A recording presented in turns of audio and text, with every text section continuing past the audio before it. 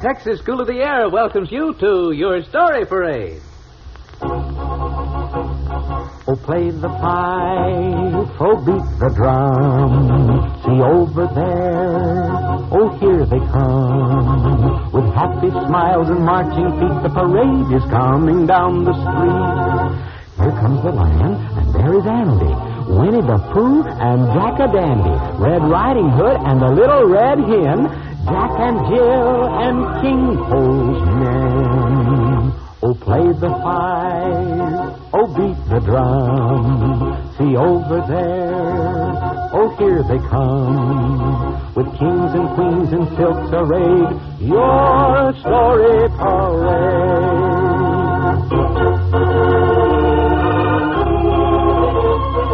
Boys and girls, you're listening to Your Story Parade. It's the transcribed radio program all for you. Yes, and it comes to you on your radio every week at this time to bring you Your Story Parade ladies. Why, hello, John, and hello again to everyone listening. Everyone's waiting to hear our story today. And I can hardly wait to tell it. Boys and girls, make ready now for the story of the Gingerbread Man.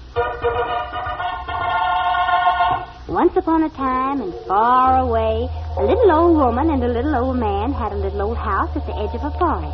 They didn't have any children of their own, and so the happiest time of the week was always on Saturday afternoons. That's when the children from town came out to see them. So what a happy time it was for all. Oh, yes, it was. And always before the children came, the little old woman and the little old man would get things ready for a happy visit. On the Saturday that I'm telling you about, the little old man was out in the yard mowing the grass, and the little old woman was inside the house in her kitchen. Let's see now. Now that I've baked my bread, why don't I bake a gingerbread man for the boys and girls to eat when they come to see me? Well, yes. Why don't you, little old woman? And so she did make the gingerbread dough to look just like a little man lying flat in a pan. With raisins, she made the little eyes, and then she used a red cherry for a nose and a piece of orange peel for a mouth. And raisins, too, were the buttons on his coat. Then she looked at him. My. Little gingerbread man, you look real enough to talk almost. So she put the pan in the oven, and then she went on about her business. And then, after a while, she stopped to sniff the air. Mercy me, she said, my gingerbread man is burning. Of course, it was really the fire in the stove that was burning, and the gingerbread man was only cooking. So she opened the oven door and set the pan out to cool. Said the little old woman. Gingerbread man, you look so good to eat, I could take a bite of you myself right now. But the gingerbread man jumped up in the pan and answered, Run, catch me if you can. You can't catch me, I'm the gingerbread man. And across the floor he ran and out of the door. Noisy little fellow. Anyway, down the front walk he ran, while the little old woman called out the window to her little old husband. Catch him! Catch our gingerbread man! Run! Catch me if you can! You can't catch me, I'm the gingerbread man! So the little old husband of the little old woman ran and tried to catch the gingerbread man. But he couldn't. The gingerbread man ran too fast. I couldn't help it, Mama. I ran as fast as I could. And the little old woman said, oh, dear, what shall we do? The gingerbread man was for the children to eat when they came to see us this afternoon. Oh, dear, what shall we do? While on and on ran the gingerbread man, over the bridge and along by a fence until there he saw a strange-looking animal. He raised his head to look at the gingerbread man, and the gingerbread man stood still to look at it. Really, I don't know who was the more surprised. Then suddenly the strange-looking animal said,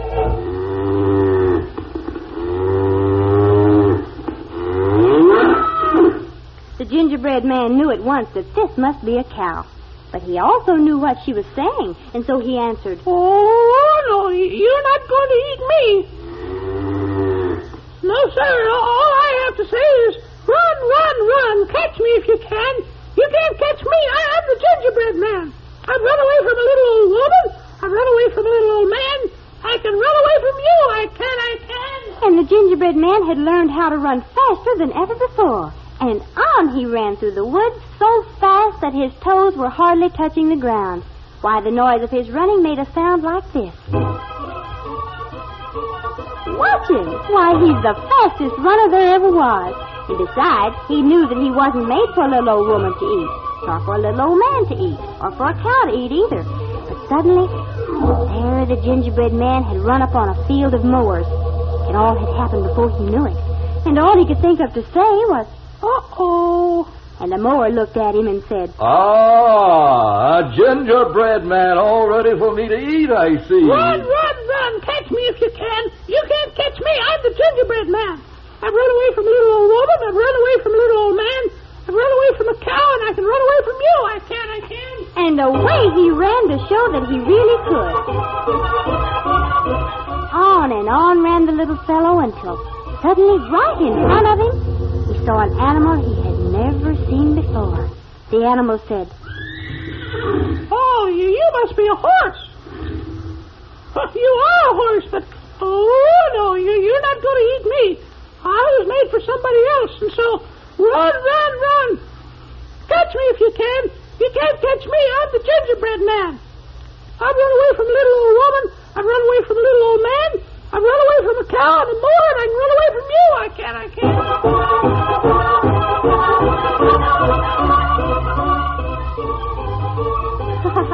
What a saucy little fellow he was.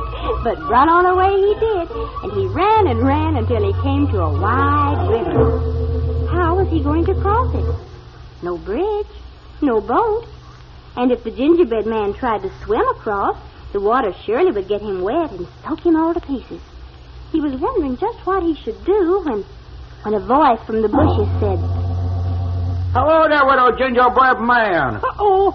A dog that talks like a man. Not a dog, widow gingerbread man. I'm not a dog. No, sir. I'm a fox.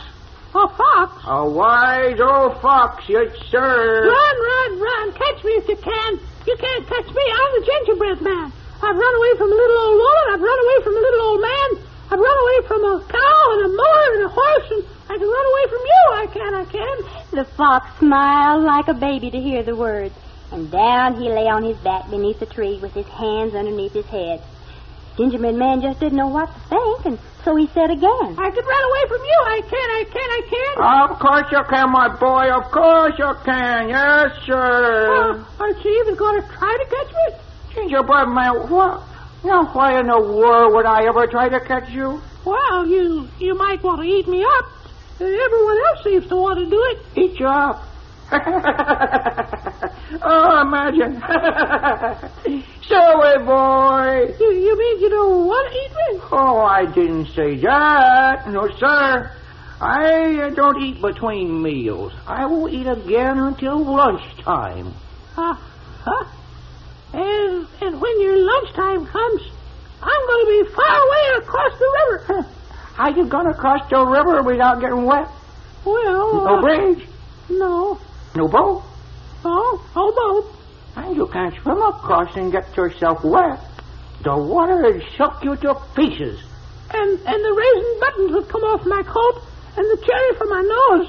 And I wouldn't be good for anyone to eat. Oh, we don't want that to happen. We don't want you not to be good for anyone to eat, I mean. I guess I'll have to go back the way I came from. Wait. We don't want that to happen either. Well, you climb on my back and I'll swim you across. Swim me across on your back? Is it safe? Safe for you or safe for me? Safe for me. Well... I mean, what time do you go to lunch? Oh... You said you wouldn't be eating till lunchtime. No, sir, I won't. Lunchtime is 12 o'clock. What time is it now? I think my watch is about to strike. 3, 4, 5, 6, 7, 8, 9, 10, 11. 11 o'clock. The next o'clock is 12. Oh, nothing to worry about. Plenty of time to swing you across the river. Well, we better hurry. Come on my back. Up I go. Now we go out into the water. All for me to swim you across, you think. Ooh, the water's a little cold. Don't drop me now. Be careful. I'm never going to drop you. I have different plans about you. You really are a very fine friend. Oh, I wouldn't say that. I would. See here, Gingerbread Man. The water's very deep here. You better climb up on my shoulder so you won't get wet. Sure. Up I come a little higher. Gingerbread Man, the water is very deep here. You better climb up on my head. Sure, Mr. Fox. I'll climb up on top of your head. Up I go. Gingerbread Man, the water is very deep here. You better climb up on the end of my nose. Sure, I'll climb up on the end of your nose. There. Well, there you are now on the tip of the fox's nose, foolish fellow that you are. So he tosses you up in the air. Just like this. Then down the Gingerbread Man comes to where the fox's mouth is open and waiting. Watch how I do it. Down comes the Gingerbread Man. Yes, sir. Get me out of here. Help. Too late, because snip, snap, snip went the fox's big white teeth. And that's the end of the Gingerbread Man. Oh, but Story Parade Lady, can't we find a happier way for the story to end? Well... We don't want the fox to eat that poor little Gingerbread Man. Well, you know, different people have a different way for the story to end. But I'll tell you how we shall end it. Why, that fox was really a gentleman. Of course he was, and he wouldn't eat until 12 o'clock in time for lunch. And so the little Gingerbread Man came safely to the other side of the river. Yes, and there he met the boys and girls who were going to see the little old man and the little old woman who had baked the Gingerbread Man for them to eat. That's right, and the Gingerbread Man was happy to have them eat it. And that's the happy end of the story. Oh, my, yes, and... 3,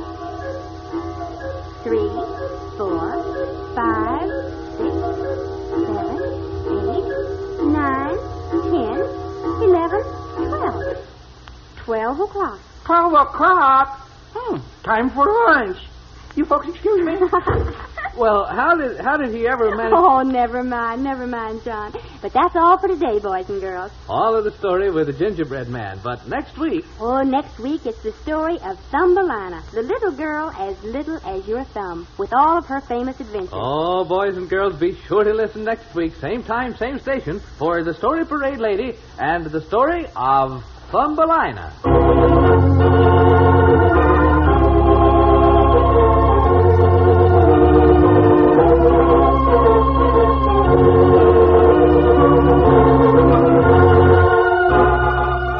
Your Story Parade is presented as a transcribed public service program of the Texas School of the Air, State Department of Education, in cooperation with the Texas Association for Childhood Education. Your Story Parade Lady is Helen Kelly. Wesley Davis writes the script. This is John Allen saying goodbye now until next week.